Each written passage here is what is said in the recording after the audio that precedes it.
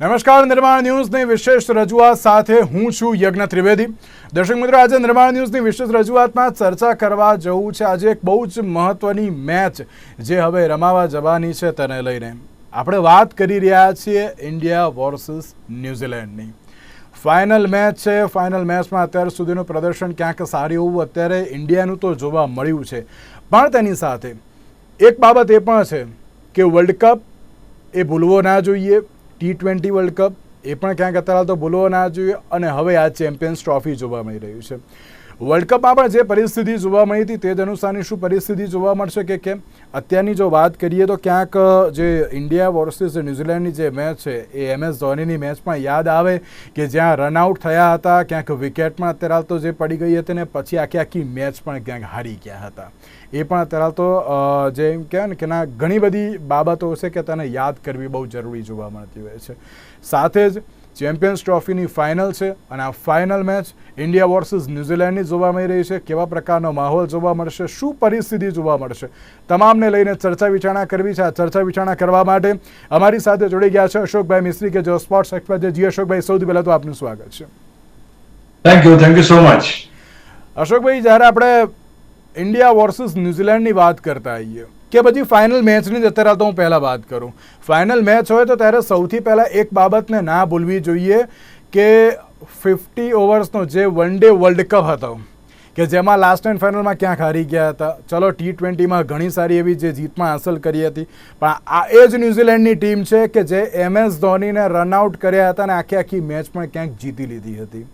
આ એ જ ન્યૂઝીલેન્ડની ટીમ છે કે આની પહેલાં ચલો હારી ગઈ હતી, પરંતુ જે પ્રમાણે જે મેચ જોવા મળી હતી ન્યૂઝીલેન્ડ વર્સિસ સાઉથ આફ્રિકાની, તેમાં સારામાં સારા રન પણ રચિન રવિન્દ્ર અને કેન વિલિયમસન દ્વારા જે ફટકારવામાં આવ્યા હતા. સૌથી પહેલાં મારે આ ન્યૂઝીલેન્ડની ટીમને લઈને આપને પૂછવું છે કે આ ન્યૂઝીલેન્ડની ટીમને આપ કઈ રીતે જોઈ રહ્યા છો? આ ફાઇનલ મેચ છે અને આખી જે અત્યાર સુધીની જે મેચ રહીને તેમાં ન્યૂઝીલેન્ડનું અત્યાર સુધીનું પરફોર્મન્સ આપ કઈ રીતે જોઈ રહ્યા છો ત્યારે? વેલ, તમારી વાત સાચી છે કે ન્યુઝીલેન્ડ એક એ ટીમ છે કે જેને ઘણીવાર ફાઇનલમાંથી ભારત પાસેથી ટ્રોફી આંચકી લીધી છે, ઘણીવાર વન ડે સેમીફાઇનલ ભારતને બહાર ફેંકી દીધું છે. ઘણી ક્રુશિયલ મેચો, ખાસ કરીને ICC મેચોમાં ભારતને પરાસ્ત કરવામાં ન્યુઝીલેન્ડ અગ્રેસર છે. આપણે પાકિસ્તાનની મેચ અને ઓસ્ટ્રેલિયા મેચના રોજ ગાણા ગાતા આવીએ છીએ, પણ ખરેખર જો ક્રુશિયલ મેચ હોય, ખરેખર જો મજબૂત ટીમો સામે મેચ હોય તો મારી દ્રષ્ટિએ ભારત અને ન્યૂઝીલેન્ડની છે. કારણ કે ભારતને ન્યૂઝીલેન્ડ જેવો પ્રતિસ્પર્ધી ક્યારેય મળે નહીં. એટલો જબરજસ્ત એ પ્રતિસ્પર્ધી છે, ખાસ એટલા માટે કે એ લોકોનો કોઈ ઉહાપો નથી હોતો, બૂમાબૂમ નથી હોતી, ક્રિટિસિઝમ નથી હોતું, કશું જ નહીં. Pure cricket. જે રીતે ન્યૂઝીલેન્ડની ટીમે ભારતમાં આવીને ભારતની મજબૂત ટેસ્ટ ટીમને 3 ટેસ્ટમાં જયારે હરાવી ત્યારે ક્રિકેટ વિશ્વ સ્તબ્ધ થઈ ગયું કે શું આ પરિસ્થિતિ છે. વર્લ્ડ કપની સેમીફાઇનલ હતી વન ડે ની અંદર, આપણે હાર્યા એ પણ બધા જાણે છે. વર્લ્ડ ટેસ્ટ ચેમ્પિયનશિપની ફાઇનલ આપણે હાર્યા હતા, એમાં પણ આપણે હાર્યા એ પણ બધા જાણે છે. ભારતે ભલે ન્યૂઝીલેન્ડને દુબઈમાં હરાવી હોય, એનો અર્થ એવો જરાય નથી કે ન્યૂઝીલેન્ડની ટીમ નબળી છે. આ ખેલાડીઓ, ખાસ કરીને યંગ રચિન રવિન્દ્ર મારી ચૂક્યા છે ચેમ્પિયન્સ ટ્રોફીમાં. સૌથી વધારે સેન્ચુરી કદાચ કોઈ દેશમાં ખેલાડીઓ મારી હોય તો એ ન્યૂઝીલેન્ડની છે. એટલે સેન્ટનરની ટીમને મજબૂત નથી એવું માનવાની ભૂલ તો હું નથી માનતો કે ભારત પણ કરતું હોય. જી, જ્યારે ન્યૂઝીલેન્ડની ટીમની વાત કરીએ તો આ ન્યૂઝીલેન્ડની ટીમ એ છે કે જે અત્યાર સુધીનું સારું એવું પરફોર્મન્સ કરીને અત્યારે તો મેદાનમાં આવી છે. કંઈક સારી એવી સિચ્યુએશન પણ અત્યારે તો તેમના દ્વારા ક્રિએટ કરવામાં આવી છે. અશોકભાઈ, વન ડે વર્લ્ડ કપને આપણે યાદ કરતા આવીએ તો ત્યારે એક બાબત યાદ આવતી હોય કે તમામ મેચમાં જીત અને લાસ્ટમાં ક્યાંક પરિસ્થિતિ બગડી હતી. હા, હું એમ નથી કહેતો કે ના આપણે ડિમોટિવેટ કરીએ છીએ કે ના એવું કંઈ ના, ભારતની ટીમ જીતવી જ જોઈએ, દરેક લોકો એમ વિચારતા હોય છે, પરંતુ આ ક્રિકેટ છે. તમે જે રીતે અત્યાર સુધી મેચમાં એમ કહેતા આવ્યા છો કે ના બંને ટીમ અત્યારે તો હારવા કે જીતવા આવી છે, બંને ટીમ એમના સારામાં સારા એફર્ટ્સ આપશે. પણ જ્યારે હું ઇન્ડિયન ટીમની વાત કરું, ઇન્ડિયન ટીમની આપ સિચ્યુએશન કઈ રીતે જોઈ રહ્યા છો? કારણ કે ભારત અને ન્યૂઝીલેન્ડ વચ્ચે જ્યારે મેચ હોય તો ત્યારે ભારતની અત્યારે હાલની પરિસ્થિતિને આપ કઈ રીતે જુઓ છો? Absolutely super. હું માનું છું કે ભારત અત્યારે એનો ગોલ્ડન સમયમાંથી પસાર થઈ રહ્યું છે. ક્રિકેટનો સૌથી સુવર્ણ કાળ જો હોય તો એ આ ચેમ્પિયન્સ ટ્રોફી છે મારી દ્રષ્ટિએ. કારણ કે તમને ચારે બાજુ પોઝિટિવિટી જોવા મળે છે. તમને રોહિત શર્માના છગ્ગા ચોગ્ગા જોવા મળે છે શરૂઆતની ઓવરમાં. 10 ઓવરની અંદર પાવર પ્લેમાં રન બનાવવાની જનૂન જોવા મળે છે. તમારી પાસે ગિલ જેવો મજબૂત એની સાથે ખેલાડી છે. તમારી પાસે વિરાટ કોહલી છે કે દુનિયામાં કોઈ ટુર્નામેન્ટમાં ના રમ્યું એવું બન્યું નથી. જ્યારે આઈસીસીની ટુર્નામેન્ટ આવી વિરાટ કોહલી હંમેશા ત્યાં ઉભો છે. તો આઈ થિંક ત્યાર પછી તમે જુઓ શ્રેયસ આયર જુઓ, અક્ષર પટેલ જુઓ, હાર્દિક પંડ્યા જુઓ, રવિન્દ્ર જાડેજા જુઓ, તમે નામ બોલતા જાઓ ને હું તમને એમના રેકોર્ડ ગણાવતો જઉં.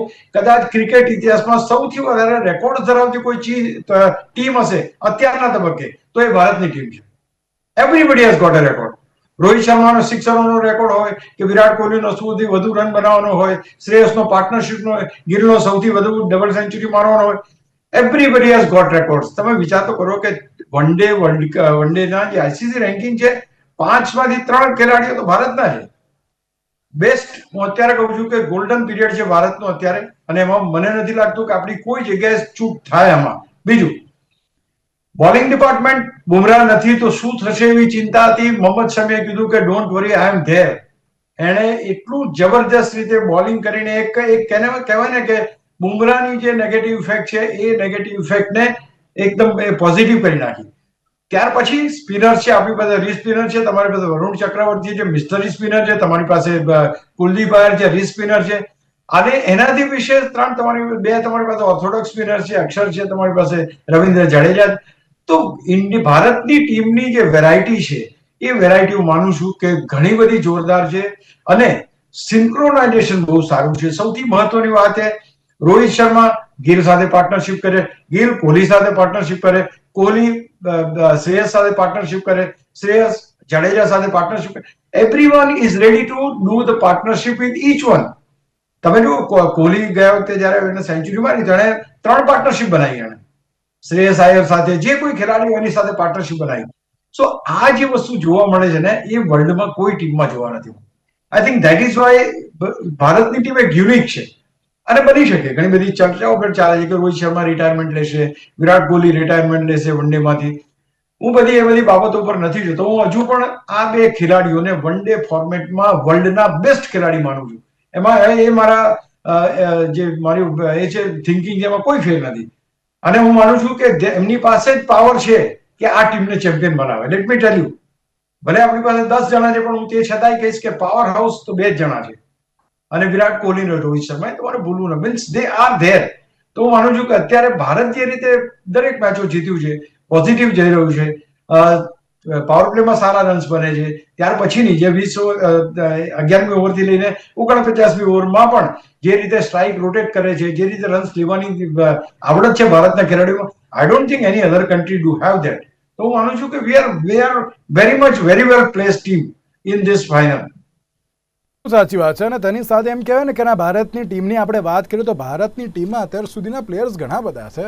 આપણે વરુણ ચક્રવર્તી ના ભૂલવા જોઈએ કે છેલ્લી 2 મેચમાં આવ્યા અને જે પ્રમાણે સ્પિનરની જે સારામાં સારી અત્યાર સુધીની ભૂમિકા પણ જોવા મળી. કુલદીપ યાદવ છે, રવિન્દ્ર જાડેજા છે અને તેની સાથે હાર્દિક પંડ્યા છે. હાર્દિક પંડ્યા શરૂઆત કરાવતા હોય છે આ વખતે વિકેટ્સની. અશોકભાઈ એમ કહેવાય ને કે આપણે 50 અને જે T20 વર્લ્ડ કપના આપણે જોતા હોઈએ તો ત્યારે જસપ્રીત બુમરાહ કે મોહમ્મદ શમી એક શરૂઆત કરાવતા હોય છે, પરંતુ આ વખતે સિચ્યુએશન અલગ છે. હાર્દિક પંડ્યા પહેલી વિકેટ લેતા હોય છે ને એ રીતે જે આખી શરૂઆત પણ જોવા મળતી હોય છે. અશોકભાઈ સ્પિનર્સની બાબતે આપ શું કહેશો, અને એ પણ પાછી દુબઈના સ્ટેડિયમ છે તેમાં? ખાસ કરીને ભારતના સ્પિનર્સ, પહેલી વસ્તુ એ છે કે દુબઈની પીચો સ્લો છે. Let us accept that. બોલ પીચ ઉપર રોકાઈને આવે છે બેટ્સમેન સુધી. બેટિંગ કરવી અઘરી છે. સ્લો બોલર્સને પ્રાધાન્ય મળવાનું છે. બોલ ટર્ન થશે જો તમારામાં આવડત હોય તો. એનો અર્થ એ થયો કે તમારી પાસે કુલદીપ શર્મા અને વરુણ ચક્રવર્તીના બોલ સ્પિન થતા જોવા મળશે, જે કમ્પેરેટિવલી અક્ષર પટેલ અને રવિન્દ્ર જાડેજામાં જોવા નહીં મળે, because they are flat and orthodox spinners. એટલે આ એક વસ્તુ છે. ભારતની પાસે સ્પિનરોનો કાફલો છે. 4 સ્પિનરો તો મજબૂત છે, જે મેં તમને વાત કરી કે કુલદીપ છે, એની સાથે વરુણ ચક્રવર્તી છે, આ બે જબરજસ્ત છે. ત્યાર પછી તમારી પાસે અક્ષર છે, ત્યાર પછી તમારી પાસે રવિન્દ્ર જાડેજા છે. તો તમારી પાસે ફોજ છે આખા સ્પિનરોની. અને હું માનું છું કે that is the reason India is very strong. અને કારણ કે એવું હોય છે તમારી ફાસ્ટ બોલિંગ બને કે તમે 10 ઓવર પૂરી ના પણ ન ખાઓ, જ્યારે જો તમે ત્યાં આગળ તમે 10 ઓવર પૂરી ના નખાવો તો એક ખેલાડીની બાકી બચેલી ઓવર્સ પૂરી કરવા માટે તમારી પાસે એક્સ્ટ્રા સ્પિનર જોઈએ, તો એ ભારત પાસે છે. અને that is why we have got that variety. Hardik Pandya છે, શમી છે, વરુણ છે, અક્ષર છે, રવિન્દ્ર જાડેજા છે, તો એક ચેન ઓફ બોલર્સ છે કે જે કુલદીપ યાદવ છે. તો આ બધા ખેલાડીઓ એક મજબૂત સ્પિન ડિપાર્ટમેન્ટ બનાવે છે. Let me tell you, I am not still denying કે સેન્ટનર ઇઝ ખતરનાક. સેન્ટનરને આપણે ભૂલવું ના જોઈએ, કેપ્ટન પણ છે અને is most dangerous spinner. Phillips છે ખતરનાક, હેનરી જબરજસ્ત. જો if is fit and if is playing then એ ભારતની વિકેટો ખાવામાં ઉત્સાહ છે. તો ક્યાંક ને ક્યાંક ન્યુઝીલેન્ડનો પણ બોલિંગ પાવર સારો છે, પણ આજે જે ટક્કર હું જોઈશ અથવા તો જે આવતીકાલે ટક્કર જે થવાની એ ટક્કર બેટિંગ એબિલિટીને થશે. કયો બેટ્સમેન 50 ઓવર સુધી મેદાન ઉપર ઉભા રહેવાની ક્ષમતા ધરાવે છે, અથવા તો કયો ખેલાડી ટાઈમિંગથી રમે છે, કયા ખેલાડી પાસે સ્પિનરને રમવાની ખાસ આવડત છે. હું માનું છું કે રવિવાર એ ખેલાડીઓનો રહેશે. બોલર્સ તો છે, બોલર્સ કદાચ વિકેટો ના લે પણ તમે એમની સામે રન પણ ના કરી શકો એવી બોલિંગ કરશે.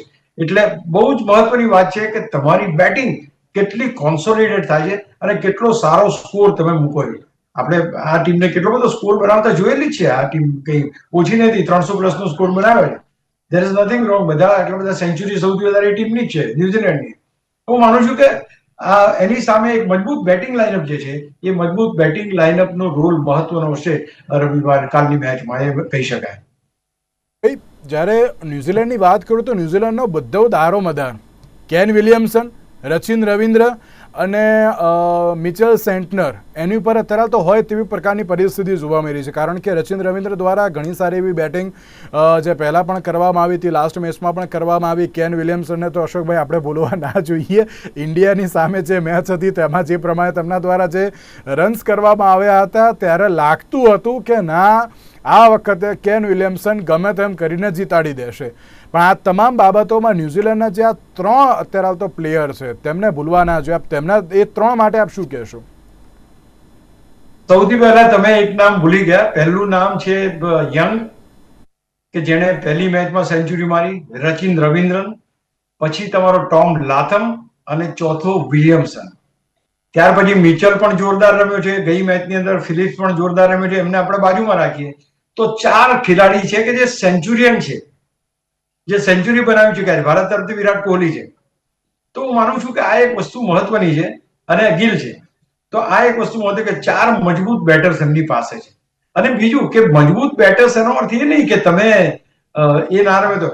આ 4 મજબૂત બેટર્સ, બાકી એની સાથે સપોર્ટ આપીને રમનારા તો ઘણા બધા છે. 300-350 નો સ્કોર કરવો હોય તો કરી શકે એવી ટીમ છે. સવાલ એ છે કે આ ટીમની સામે, જેમ મેં કહ્યું કે પહેલી બેટિંગ બહુ અગત્યની છે, બીજું સૌથી અગત્યની વાત હશે એ હશે ફિલ્ડિંગ. વરુણ ચક્રવર્તી બોલિંગ કરશે પણ જો કેચ ડ્રોપ થયો તો એ કેચ ડ્રોપ ભારે પડી શકે એમ છે. એટલે આ બધી વસ્તુ નાની નાની બાબતો છે જે એક વસ્તુ ડિફરન્શિએટર બનશે. આવતીકાલની મેચમાં બંને બેટિંગ સારી છે, બંનેની બોલિંગ સારી છે, બધું સારું છે, તો પછી ડિફરન્શિએટર શું, તફાવત શું છે? તફાવત એ દિવસે કોઈનો કેચ ડ્રોપ થાય, તફાવત એ કે એ દિવસે કોઈ રનઆઉટ થાય. આ જે વસ્તુ બનશે એના ઉપર આખી મેચનો આધાર રહેશે. આપણે પહેલા તો બીજી ટીમમાં કહી દે કે આની મજબૂત બેટિંગ છે, આની મજબૂત બોલિંગ છે, એટલે આ રીતે છે. ના, આમાં તો બંનેની મજબૂત બોલિંગ છે, બંનેની મજબૂત બેટિંગ છે, બંનેની મજબૂત ફિલ્ડિંગ છે. અને ઇવન ફિલ્ડિંગ તો ન્યુઝીલેન્ડ આપણા કરતા 4 ચાસણી ચડેવી ફિલ્ડિંગ છે એમ કહે તો ચાલે. તો હું માનું છું કે આ બધી પરિસ્થિતિને તમે જુઓ તો તમારે ન્યુઝીલેન્ડને પણ એટલું વેટેજ આપવું પડે કે જેટલું તમે ભારતને આપો છો. બંને ટીમો મજબૂત છે, બંને ટીમો સક્ષમ છે. તમે માત્ર 4 ખેલાડીની વાત કરી, પણ હું કહીશ કે 4ની જગ્યાએ જે ગયા વખતે બંને હાફ સેન્ચુરી મારી છે એ બંને ખેલાડીઓને પણ તમારે 6 બેટ્સમેન એવા છે, એમાંથી રચિન રવિન્દ્રન, વિલિયમસન અને લાથમ, આ 3 ખેલાડીઓ સ્પિન બોલિંગને રમવામાં માસ્ટર છે. દે વેરી એક્સપિરિયન્સ. રચિન તો રમે જ છે અને આ 2 ખેલાડી, એટલે તમારી પાસે ન્યુઝીલેન્ડ પાસે એવો મિક્સ સ્લોટ છે કે ફાસ્ટ બોલિંગને રમી શકે તો 10 ઓવર શરૂઆતની આવે, રમી લો, ચલો રન બનાવી લો. ત્યાર પછી તો કે અમે આવી જઈશું.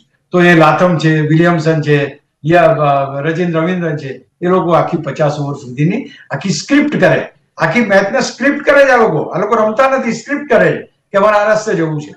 That is called planning. તો માનું છું કે 6 ખેલાડી તમારે એને ગણવા પડે. જો તમે ભારતના રોહિત શર્મા, વિરાટ કોહલી, શુભમન ગિલ, શ્રેયસ અય્યર આ બધા ગણતા હો તો પછી તમારે એમના પણ 5 ખેલાડીઓ જોરદાર ગણવા પડે. અને એમ કહેવાય ને કે ન્યુઝીલેન્ડની આખી ટીમ અત્યાર સુધી સારું એવું પરફોર્મન્સ તો આપ્યું છે, પણ અશોકભાઈ આમ કમ્પેર તો આમ તો ના જ કરાય, કારણ કે બંને મજબૂત અત્યારે તો ટીમો છે, પણ આમ કમ્પેરમાં જોવા જઈએ તો ઇન્ડિયન ટીમ અત્યારે વધારે પડતી થોડી સ્ટ્રોંગ કહી શકાય. પહેલી વસ્તુ, બંને ટીમો સરખી જ હું હજુ પણ કહીશ. કાલનું જે ડિફરન્શિએટર હશે કે ફિલ્ડિંગ કેવી છે, તમારી બોલિંગ કેવી છે, જલ્દી તમે વિકેટ કોની લઈ શકો છો. કોઈ પણ જોરદાર બેટર્સ હોય એને એક તક મળી જાય. આપણે જાણીએ છીએ વિરાટ કોહલીને એક તક મેક્સવેલે આપી તો ગઈ મેચમાં સેન્ચુરી બનાવી ગયા વિરાટ કોહલી. એક કેચ છૂટે તો ઘણી બધી વસ્તુ થઈ જાય. એટલે આ પહેલી વસ્તુ, આ ડિફરન્શિએટર છે. બીજું, યસ, આપણી પાસે સ્પિન ડિપાર્ટમેન્ટ મજબૂત છે. લેટ મી ટેલ યુ, હું બેટ્સમેનોની સાથે સરખામણી એટલે નથી કરતો કારણ કે ન્યુઝીલેન્ડે પણ આપણા કરતા વધારે રન્સ બનાવ્યા છે, આપણા કરતા વધુ સારા રન બનાવ્યા છે, આપણા કરતા વધુ સેન્ચુરી મારી છે. એટલે આ બધા ખેલાડીઓને જોતા અને ન્યુઝીલેન્ડને જોતા, I will not say that batting is not good, but we have got a very good bowling અને we have got 5-6 bowlers of calibre. Varun Chakravarthy અને કુલદીપ તો છે જ, એની ઉપર તમારી પાસે અક્ષર છે, રવિન્દ્ર જાડેજા છે, અને ત્યાર પછી તમારી પાસે મોહમ્મદ શમી અને હાર્દિક છે. એ તમને શરૂઆતમાં 1-2 ઓવરમાં વિકેટ લઈ આપે છે. આ 1-2 ઓવરમાં વિકેટ લઈ આપવાની પરંપરા યથાવત રહેવી જોઈએ. એ જો ના પડી વિકેટ શરૂઆતમાં તો સમજી લો કે આ ખેલાડીઓ ટકી જશે, જામી જશે. અત્યારે તો વિકેટ લઈ લો, એકની જ ખાલી વિકેટ, વધારે નહીં, તો પણ ક્યાંક પાછળની ટીમનો થોડો ઘણો મોરલ ડિસ્ટર્બ તો થઈ જ જતો હોય છે, એમાં કોઈ શંકા જ નહીં. આ બાજુ રોહિત શર્માની જ્યારે વિકેટ પડતી હોય કે પછી પેલી બાજુ રચિન રવિન્દ્રની પણ કેમ ના પડતી હોય, ક્યાંક અમુક ડિસ્ટર્બન્સ તો અત્યારે થઈ જ જતું હોય છે. આપ તેને લઈને પણ શું કહેશો? પહેલી વસ્તુ છે કે તમે કેટલું ડિપેન્ડન્ટ છો એની પર. ન્યુઝીલેન્ડની ટીમ યંગ અને રચિન રવિન્દ્રન ઓપનિંગ કરે છે, બંને ઓપનિંગ જોરદાર છે, લાથમ જોરદાર છે, વિલિયમસન જોરદાર છે, મિચલ જોરદાર છે, આ બધા ખેલાડીઓ જોરદાર છે. એ પ્રમાણે ભારતમાં રોહિત શર્મા ઘણી વાર જલ્દી આઉટ થઈ જાય છે, તો ભારતની બધી ટીમ બધી મેચો જીત્યા છે આપણે. કારણ કે ક્યારેક ગિલ સેન્ચુરી મારી જાય, ક્યારેક વિરાટ કોહલી સેન્ચુરી મારી જાય, ક્યારેક શ્રેયસ અય્યર જોરદાર રમી જાય. So this is called team, કે એકાદ વિકેટ શરૂઆતમાં પડી જવાથી ટીમ વિચલિત નથી થતી, ટીમ ડિસ્ટર્બ નથી થતી, અને આગળની બેટિંગ યથાવત કરે છે અને સ્કોર જે કરવો જોઈએ સ્કોર કરીને બતાવે છે.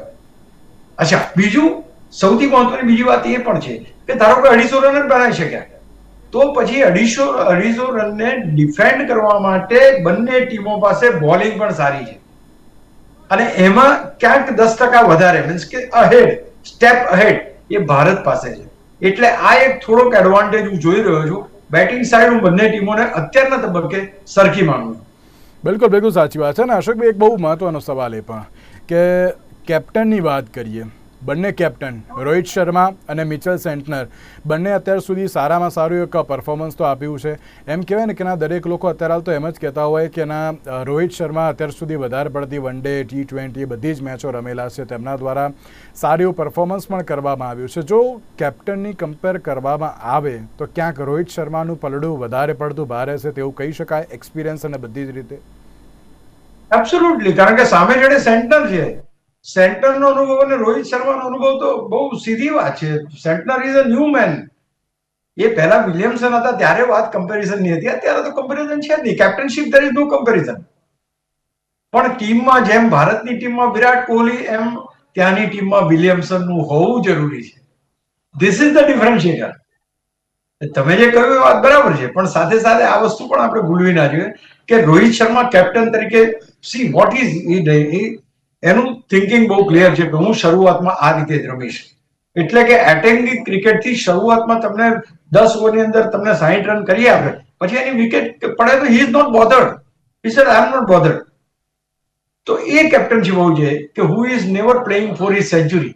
એને એમ નથી હું 50 ઓવર રમીને સેન્ચુરી મારું, ના, મારે શરૂઆત આપવી છે કે જે શરૂઆતની મારે જીત માટે જરૂર છે, અને એ જીત માટે તમારે પાવર પ્લેમાં તમે કેટલી હદ સુધી કેટલા રન્સ બનાવી શકો છો. I think he is doing that. એ રીતે આખી જે રણનીતિ ભારતની એ રીતે કે ફાસ્ટ રન રમો, ફિયરલેસ રમો, બિંદાસ રમો, અને I think everybody is enjoying the cricket. અને બધાને એમ છે, જો હવે કદાચ નેક્સ્ટ ચેમ્પિયન્સ ટ્રોફીમાં આ બે ખેલાડીઓ હોય કે ના હોય એ પણ એક વાત છે. આગળ ઉપર કેટલું ક્રિકેટ રમશે એ પણ એક વાત છે. તો એ બધું આપણે જયારે ધારો કે 2011નો વર્લ્ડ કપ સચિન તેંડુલકરના નામે આપણે રમી લીધો, ત્યાર પછી તમે આ 2000 હમણાં જે રિસન્ટ T20 વર્લ્ડ કપ રમ્યો, આપણે રોહિત અને વિરાટ કોહલીને રિટાયર કરી નાખ્યા. બની શકે કે આ મેચ પત્યા પછી અથવા તો જીત્યા પછી કોઈ બીજા બે ખેલાડીઓ રિટાયર થાય અથવા આ ફોર્મેટ છોડે, તો ક્યાંક એવી તક ભારતના ખેલાડીઓને આપજો. કારણ કે નેક્સ્ટ વર્લ્ડ કપ માટે કે નેક્સ્ટ તમે વન ડે ની એના માટે ચેમ્પિયન્સ ટ્રોફી માટે વેઇટ કરશો કદાચ વધારે લાંબો સમય. એટલે બધા જોશ જનૂનથી ત્રાટકવાના છે કે આ ચેમ્પિયન્સ ટ્રોફી તો ભારતે જીતવી છે. અશોકભાઈ, એક બહુ મહત્વની બાબત એ પણ કે જ્યારે આપણે ન્યુઝીલેન્ડની વાત કરતા હોય કે પછી ફાઇનલ ભારતની વાત કરતા હોય ને, એ પણ ફાઇનલ મેચ છે, દુબઈનું સ્ટેડિયમ છે, અને જે અત્યાર સુધી વિચાર્યું હતું કે ના ચેમ્પિયન્સ ટ્રોફી જીતવાની એક આશા અપેક્ષા લઈને અત્યારે તો મેદાનમાં ઉતરી રહ્યું છે ભારત. કારણ કે એમ કહે ને કે ના પેલો વન ડે વર્લ્ડ કપનો બદલો તો લેવાઈ ગયો ઓસ્ટ્રેલિયા સામે. હવે ક્યાંક ચેમ્પિયન્સ ટ્રોફીની બાબત જ્યારે આવતી હોય તો ત્યારે દરેક લોકોને એક જ વસ્તુ યાદ આવે છે અશોકભાઈ, કે જે ન્યુઝીલેન્ડની ટીમે MS ધોનીને આઉટ કર્યા હતા, આખી ટીમને આઉટ કરી હતી, પછી જે જીત હાંસલ કરી હતી. પરંતુ હવે એ કરવાનું છે, પણ મારે એ બધી વાત નથી કરવી. આ જે ચેમ્પિયન્સ ટ્રોફી છે, એક યશ કલગીમાં એક વધારો થાય ભારતને, તેવી અત્યારે તો પરિસ્થિતિ છે. ભારત સૌથી વધારે શેની ઉપર ફોકસ કરવું, શેની ઉપર ધ્યાન આપવું બહુ જરૂરી છે કે એના કારણે આ વખતે કોઈ એક કચાશ રહી ના જવી જોઈએ. એ પ્રમાણે બિલકુલ. બંને ટીમો જીતવા માટે લડે છે. બંને ટીમોને ઘણી વાર વર્લ્ડ કપ હાથ તાળી આપીને જતો રહ્યો છે, ચેમ્પિયન્સ ટ્રોફી હાથ તાળી આપીને જતી રહી છે, વર્લ્ડ ટેસ્ટ ચેમ્પિયનશિપમાં ટીમો હારી ગઈ છે. સો બોથ ટીમ્સ આર હંગ્રી. બંનેને ટાઇટલ જોઈએ. બની શકે કે ન્યુઝીલેન્ડ ટાઇટલ જીતો તો વિલિયમસન રિટાયરમેન્ટ જાહેર કરી દે, ભારત ટાઇટલ જીતો તો વિરાટ કોહલી અને રોહિત શર્મા રિટાયરમેન્ટ જાહેર કરી દે આ ફોર્મેટમાંથી. Anything can happen. મારું હજુ બી એ જ કહેવું છે કે જો તમારે આ પીચો ઉપર જીતવું હોય તો તમારી બેટિંગ ઉપર જીતાશે. કારણ કે આ પીચો ઉપર બેટિંગ કરવા માટે સ્પેશિયલ સ્કિલ્સની જરૂરત છે તમને. You require very special timing સાથે રમનાર, પગનો ઉપયોગ કરનાર, સ્પિનરોને સારી રીતે રમનાર એવા બેટ્સમેનોની જરૂર છે. એ જે ટીમમાં બેટ્સમેનો વધારે છે એ ટીમનું પલ્લું ભારે રહેશે. એટલે એ ચોખ્ખી વાત. અને બીજું બને કે ટોસ જીતીને પહેલા બેટિંગ જ લે, ફ્રેશ વિકેટ ઉપર પહેલા બેટિંગ કરી લો. જેટલો રન જો ધારો કે 325 નો સ્કોર કોઈ પણ ટીમ બનાવે તો સામેની ટીમ ચોક્કસ દબાણમાં રમશે, એમાં કોઈ બેમત નથી. ભારત ચેસ માસ્ટર છે, વિરાટ કોહલી ચેસ માસ્ટર છે, બધું બરાબર, પણ પહાડીઓ સ્કોર સામે આવી જાય તો ભારતની શું કોઈ પણ ટીમની ચેસ કરવાની શક્તિને ક્યાંક ને ક્યાંક ક્ષતિ પહોંચે. એ હમણાં જ આપણે જોયું છે, 300+ નો સ્કોર બન્યો હતો દક્ષિણ આફ્રિકા સામે. તો હું ક્યાંક કહીશ કે એ જે સ્કોર જે ટીમ બનાવશે પહેલો 300+ નો, I think that team will have a say in this match. એની ઉપર જીતવાનું જે મદાર છે, જીતવાનો મદાર એ વધારે રહેશે કે જે ટીમ 300+ નો સ્કોર પહેલી બેટિંગ કરીને મૂકે છે. જી ભાઈ, આભાર અમારી સાથે આ ચર્ચા વિચારણામાં જોડાવા માટે. તો દર્શક મિત્રો, એ જ બાબત છે કે ભારત અને ન્યુઝીલેન્ડ વચ્ચે આખરે ફાઇનલ મેચ છે. હવે કોણ જીતશે, કોણ આવશે, તો આવનારો સમય જ બતાવશે. તેની સાથે આજના વિશેષ કાર્યક્રમ આપશો રજા. નમસ્કાર.